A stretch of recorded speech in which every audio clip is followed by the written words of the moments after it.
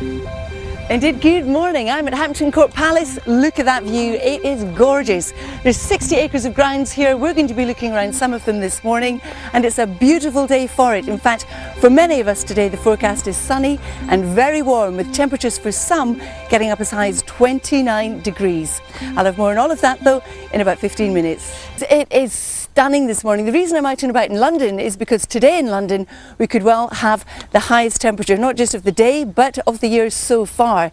It looks like we're on track for 29 Celsius. Now yesterday the highest temperature was in the Highlands, in Altnahara, where we reached 27.3. So if you're coming to Hampton Court Palace or any park or anywhere outdoors today, do not forget your high factor sunscreen. You certainly will need it. Now, talking of Hampton Court Palace, you can see it beautifully behind me there. It was built in 1514 for Cardinal Wolsey, and the bit that you can see behind me actually was the bit that Henry VIII added on. So he enlarged it.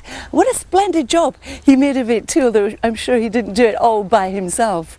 Now, the forecast for many of us today is a sunny one and a very warm one. Temperatures, although up to 29 in London, for many will be into the mid-20s anyway.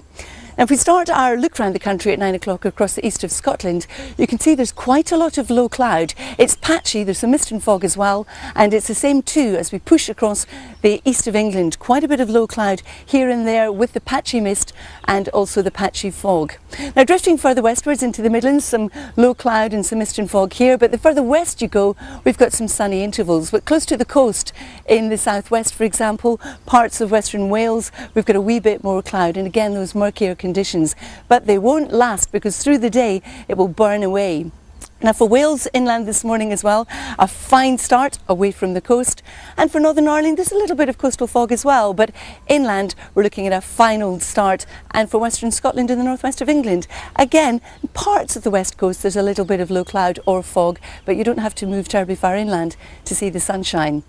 So as we go through the course of the day then, watch how that cloud melts away, all burns back to the coast or it disappears completely, and what you'll find too is it's going to be sunny and it's also going to be hot. Now, there's an isolated chance of a shower, rather like yesterday.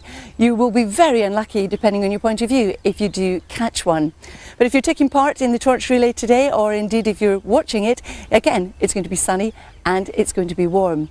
Now, as we go through the course of the evening and overnight, we'll see the cloud reform, some low cloud, also some mist and some fog, and the breeze is going to pick up, and the breeze is coming in from the east. It's going to be quite a sultry night for many of us. Again, we're staying in double figures. We're looking at overnight lows for some 17 or 18 degrees.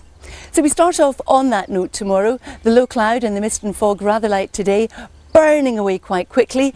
We will have this easterly breeze coming in, so bang on the east coast it will be cooler, but look how the warmth transfers that little bit further west. So in Bristol, for example, we're looking at 27 or 28, as indeed we are in Manchester.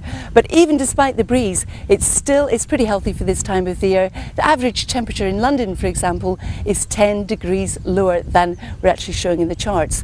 And as we head on through the weekend, this beautiful sunny weather continues, Louise and Charlie.